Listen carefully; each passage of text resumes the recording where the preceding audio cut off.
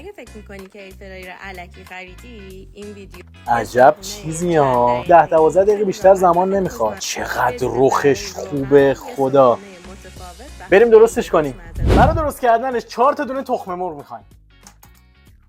بهش پودر سیر میزنیم، فلفل سیاه، یه ذره فلفل قرمز برای طعمش. در نهایت نمک هر چقدر که دوست داری. یه مقدار گوجه خرد شده یا گوجه گیلاسی. یه خوردم برگ اسفناج تازه اضافه میکنیم.